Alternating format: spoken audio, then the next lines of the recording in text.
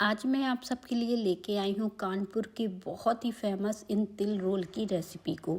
झटपट से आप ये रोल घर पे बना के तैयार करेंगे। सिर्फ 2 चीज़ों से ये रोल बन के तैयार हो जाते हैं। बहुत ही बजट में आप इन्हें घर पे बना के तैयार करेंगे। खाने में एकदम क्रिस्पी बढ़िया रहते हैं और तिल हमारे लिए बहुत ही फ़ायदेमंद है। तो इस सर्दी आप ज़रूर स्टोर करिए इन्हें बना के।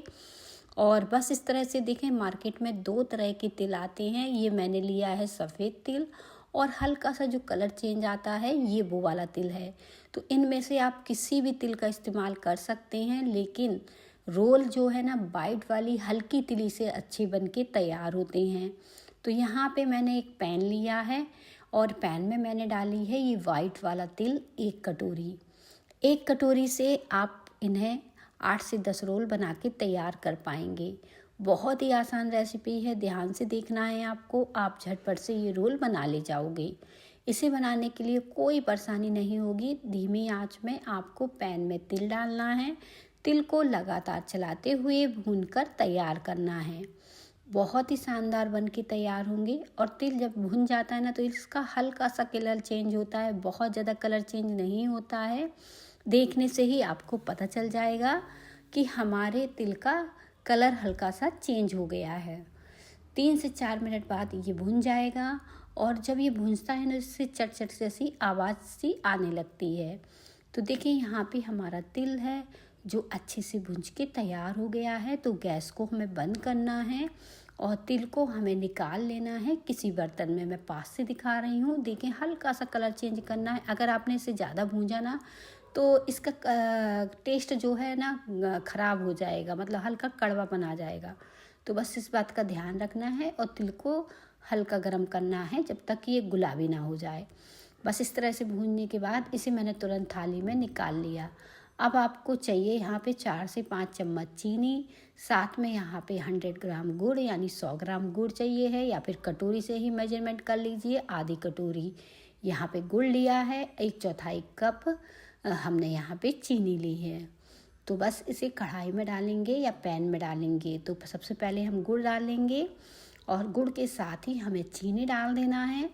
और ये दोनों चीज़ों से ही गजक बनाई जाती है। अगर आप दोनों चीज़ों नहीं डालते हैं तो वो गजक जो है ना, इतनी ज़्यादा खस्ता बढ़िया नहीं बनेगी।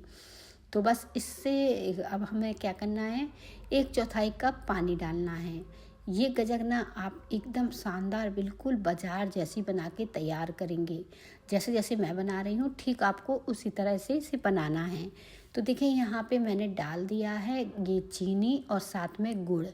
अब मैंने मिक्सी का जार लिया है। जब तक हमारी चाशनी पक रही है, तिल ठंडा हो गया है, तो तिल को हमें पीस लेना है। तिल को हमें बहुत ज़्यादा महीन नहीं करना है, दरदरा सा पीस के तैयार करना है। दरदरा सा ये हमारा तिल पिसेगा तो इससे जो गजक बनेगी बहुत ही शानदार बढ़िया बन के तैयार होगी। खाने में बहुत ही टेस्टी लगेगी।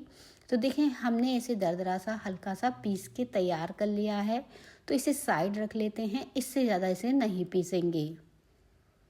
यहाँ पे अब हम अपनी चाशनी भी देख लेते हैं, इसे साइड रख के।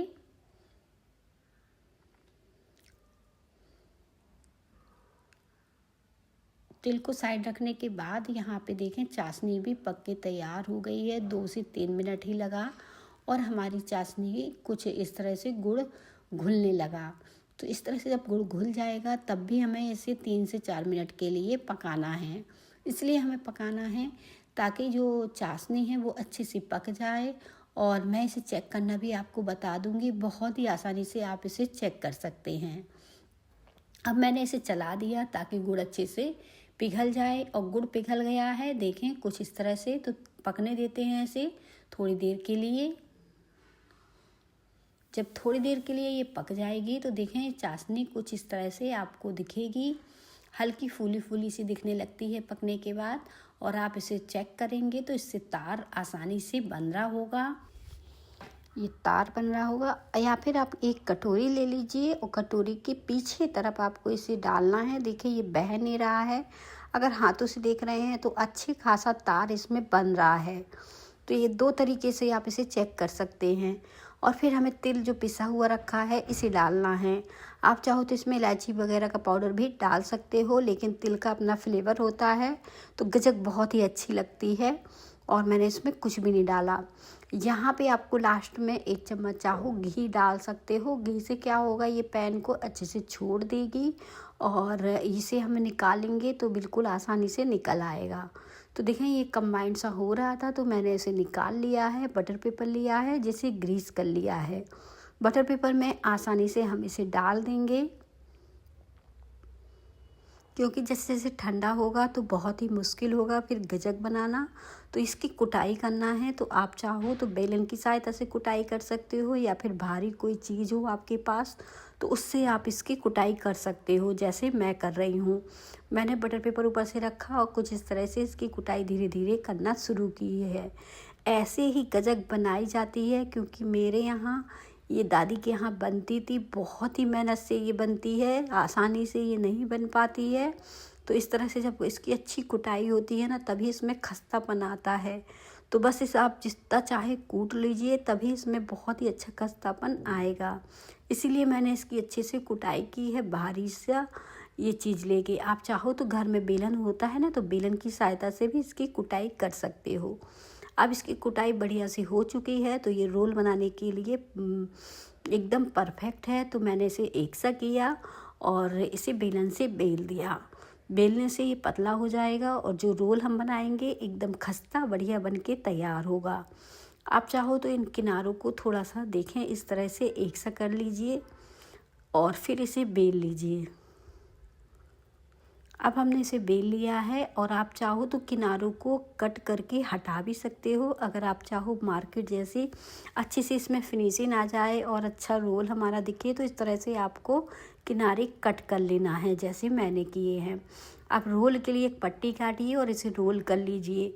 अब मैंने इस तरह से रोल किया तो मुझे लगा कि बहुत ही बड़ा मोटा रोल बन रहा है, तो मैंने लास्ट में इसको छोटे छोटे रोल बनाए या फिर बड़े बड़े, जैसे चाहे रोल अपने हिसाब से आप बना सकते हो। पट्टी को आपको बहुत ही ज़्यादा नहीं काटना है, कुछ इस तरह से चौड़ा लंबा जितना आप रखना चाहें उस हिसाब से। और मैंने छोटे रोल बनाए थे, इसे बीच से कट कर दिया क्योंकि बहुत ही बड़ा मोटा हो रहा था रोल। और ये पतले पतले रोल एक ही बार 2 बार रोल करने से बन के तैयार हैं। ठंडे पर एकदम खस्ता हो गए हैं, क्रिस्पी हो गए हैं।